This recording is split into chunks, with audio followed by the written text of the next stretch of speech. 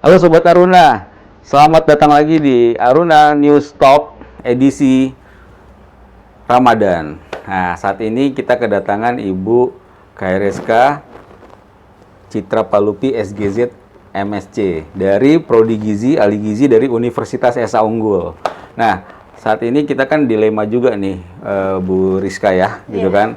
Dilema dengan kue lebaran. Nanti ketika kita bertamu, gimana caranya makan kue lebaran tapi timbangannya nggak meledak nih. Sobat Aruna nih pengen tahu juga nih gimana tipsnya caranya untuk ahli gizi membagikan tips gimana caranya supaya nggak over ya ketika lebaran dengan lupa diri dengan satu toples kue habis sendirian gitu kan. Nah, padahal efeknya nanti di belakangnya panjang nih ceritanya nih. Gimana Bu, kira-kira ada tips nggak supaya kita nggak lepas kendali nih ketika kita memasuki ya edisi pas lebaran ya gitu, ke rumah teman, ke rumah saudara gitu kan. Pasti ketemu tuh kue lebaran. Enak-enak banget tuh. Kastengel ada nastar ya Bu ya. Nastar, gitu. ya, Silakan Bu, gimana kira-kira? Oh iya Bu Palupi ini juga Bu Rizka ini juga sebenarnya sebagai best ini Bu ya pernah mendapatkan best presenter ya Bu ya di bukan influencer. Oh, best influencer di Ikatan Ahli Gizi Indonesia. Keren banget nih Sobat Aruna. Alhamdulillah ya. Saya juga nggak expect ya tiba-tiba dapat penghargaan aja. Oke. Gimana kira-kira Bu balik lagi tuh? Oke, terima kasih Pak Randy ya. Jadi kue lebaran ya. Sebenarnya kalau kita itu mengingat-ingat ya, lebaran itu kan paling hot-hotnya itu kan 3 sampai 1 minggu ya Pak ya sebenarnya ya. Betul. Dan waktu-waktu tersebut itu kan sebenarnya juga nggak akan mungkin tiba-tiba kita jadi meledak gimana gitu ya badannya ya ketika kita konsumsi kue lebaran ya.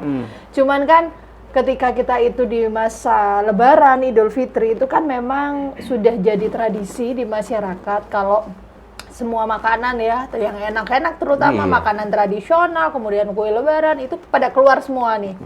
Dan kita sudah diizinkan memang untuk makan begitu. Nah, sekarang bagaimana caranya supaya kita kontrol diri, nggak kalap seperti itu. Nah, Sobat Aruna juga harus paham ya, saat kita itu berada di fase akhir bulan Ramadan ya puasa.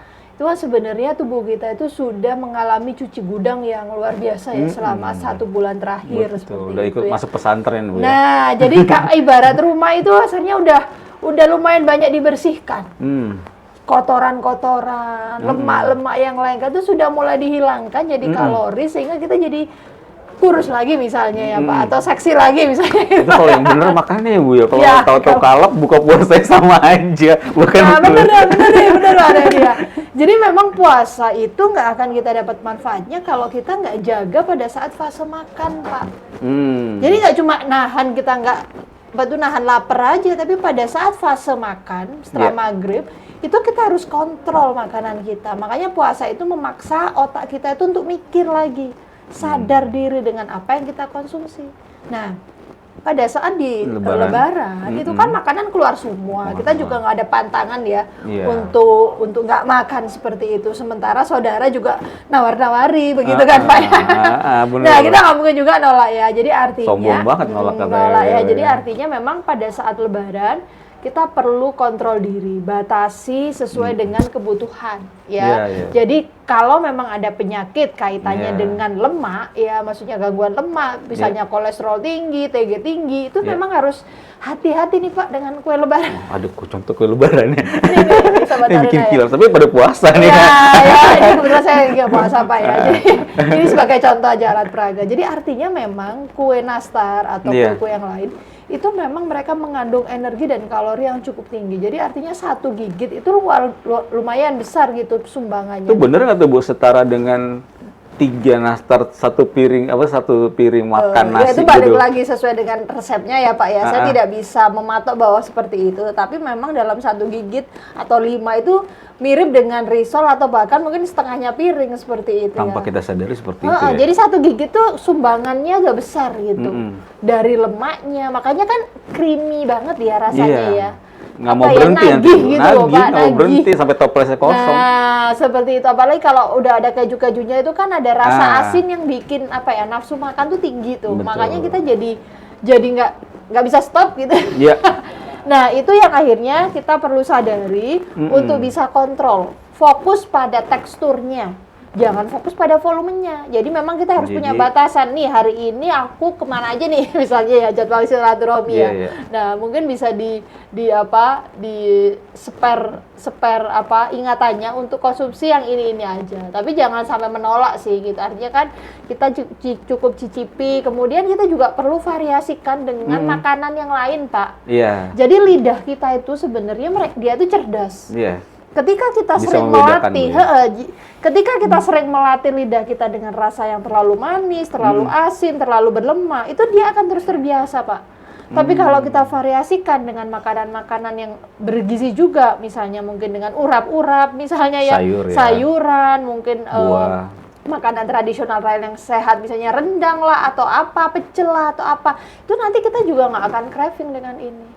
Ya kan pada saat lebaran atau silaturahmi kan masa yang disajikan kue doang, kan ada yang lain-lain juga, biasanya disuruh makan juga itu adalah fase terbaik untuk kita memilih makanan lain yang juga menyumbang gizi dan kesehatan bagi diri kita. Bisa berarti itu, Pak. Kue lebaran itu lonjakan gula darahnya juga tinggi, Bu ya? Ya lumayan sih sebenarnya ya, makanya kita pada saat silaturahmi itu ya udah di-scan tuh makanannya apa aja nih.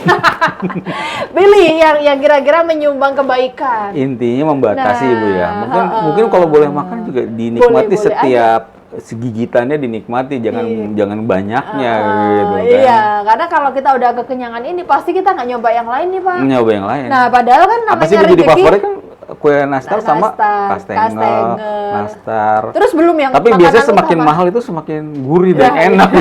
Biasanya kayak gitu. Iya. Makanya ada baiknya pada saat silaturahmi mungkin makan dulu kali ya. Baru nanti kue lebaran sebentar gitu lah. Pintar-pintarnya kita lah. Seperti itu untuk bisa tetap menjaga silaturahmi dan menikmati segala rezeki yang hadir di depan kita. Oke. Jadi kira-kira ada tips nggak sih, Bu, yang buat habis makan banyak itu ada buat netralin gitu, Bu? Nah, sebenarnya netralin tadi saya sebenarnya udah spill ya sedikit ya. Jadi pada saat lebaran itu kan makanan itu juga hanya kue aja, Pak. Jadi ada kan pasti makanan lain ya yang udah terlanjur yang udah dihadirkan ya gitu, misalnya kan biasanya orang tua atau mungkin saudara-saudara yang lebih sepuh kan suka masakin tuh ya. Nah, itu pilih tuh yang beragam, sayur-sayuran, kelompok buah-buahan begitu ya. Ikan-ikan yang itu minim lemak misalnya, nah itu kan nggak masalah sih, Pak, gitu. Artinya kita tetap menikmati makanan kue lebaran, tapi jangan lupa untuk memvariasikan dengan makanan yang lain seperti itu. Iya, intinya jangan berlebihan juga, dibatasi ya Sobat Aruna. Jadi lebarannya nggak naik berat badannya, terus habis itu juga nggak ada penyakit-penyakit lain ikut di lebaran juga kayak gitu kan. Biasanya kadang kesenangan itu bisa makan gitu ya, jadi digas aja ya, Pak. Digas aja udah. Jadi intinya membatasi, jadi mesti seimbang gitu kan. Nah, di Universitas Asa Unggul, di Prodi Gizi, kalau kalian mau jadi ahli gizi seperti Bu Rizka, keren banget, bisa langsung ke Universitas Asa Unggul. Kita ada 3 lokasi, ada di Jakarta, Tangerang, Bekasi. Nanti ada lagi di Jakarta Selatan, kampus yang baru. Baik, kita udah gokil banget nih, banyak banget insight atau ilmu baru yang kita dapatkan dari Bu Rizka gitu. Kita juga berterima kasih banget.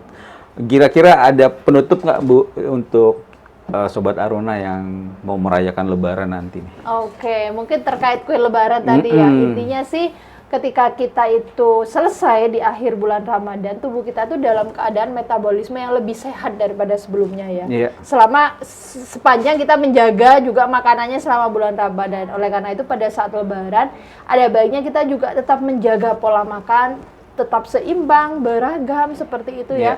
Dan mungkin kalau sobat-sobat Aruna mau menjalankan ibadah puasa sunnah-sunnah yang lain, sangat disarankan, Pak, begitu, karena itu bisa menjaga kesehatan kita juga. Wah, salah satunya juga dapat makan enak, dapat pahala juga. Baik, kalau kayak gitu kita sudahi dulu podcast saat ini untuk edisi bulan Ramadan. Intinya batasi diri, bukan nggak boleh makan kue Lebaran, tapi dibatasi gitu. Tetap enak aja masih. Oke, share apabila kalian ingin share ke teman kalian yang suka ngabisin satu toples kue lebaran. Baik, sampai jumpa Sobat Aruna. Terima kasih Bu.